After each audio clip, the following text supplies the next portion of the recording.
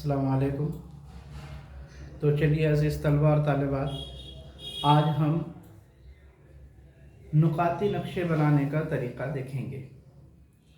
किसी भी किस्म के नक्शे बनाने के लिए हमें शुमारियाती मालूमात की ज़रूरत होती है, बल्कि अगर हम ये कहें कि भाई शुमारियाती मालूमात के बग़ैर हम कोई नक्शा तैयार ही नहीं कर सकते, तो नुकाती नक्शे बनाने के लिए किसी इलाके के मुख्तलिफ़ अनासिर की तक़सीम देखी जाती है। इसी एतबार से इलाके में नुक्ते देकर दर्जबंदी की जाती है। मसलन इलाके में आबादी, नबातात और हैवानात की किस्में। इस तरह के नक्शे बनाते वक्त इलाके में कम से कम और ज़्यादा से ज़्यादा आबादी को जहन में रखा जाता है और उस एतबार से नक्शे में नुक्तों की कदर तय की जाती है। नक्शे में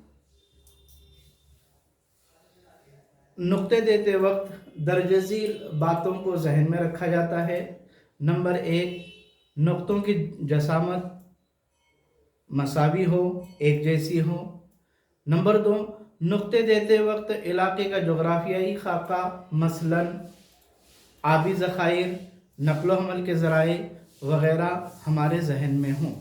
नंबर 3, आबादी की तक़सीम को ज़ाहिर करते वक्त देही आबादी को नुक्तों के ज़रिए से और शहरी आबादी को दायरे का इस्तेमाल करते हुए बनाया जाता है। इस तरीक़े से नुक्तों वाले नक्शे तैयार किए जाते हैं। इसी तरीक़े से हम आबादी के गुंजानपन या कसाफत को बनाने का तरीक़ा देखेंगे।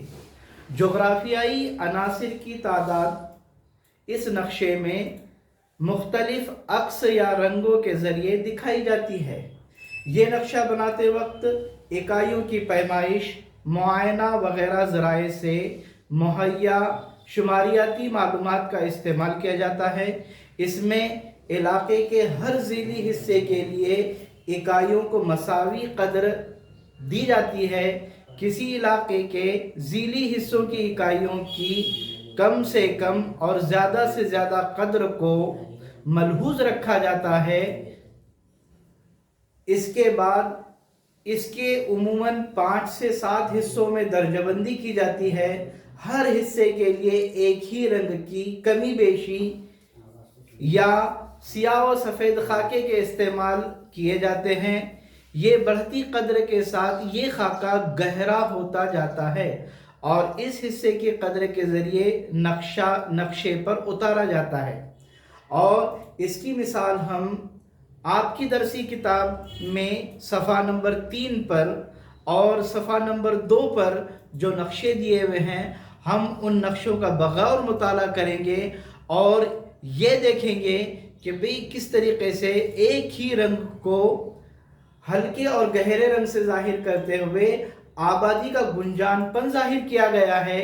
इसी तरीक़े से सफ़ा नंबर 3 पर दिए हुए नक्शे पर एक ही खाके को सियाह और सफ़ेद गहरे रंग से ज़ाहिर करके आबादी के गुंजानपन को ज़ाहिर किया गया है कि भाई आबादी का गुंजानपन जहाँ पर शेड गहरा होगा, जहाँ पर रंग गहरा होगा, वहाँ पर आबादी का गुंजानपन ज़्यादा होगा और जहाँ पर शेड कम गहरा होगा वहाँ आबादी का गुंजानपन कम होगा।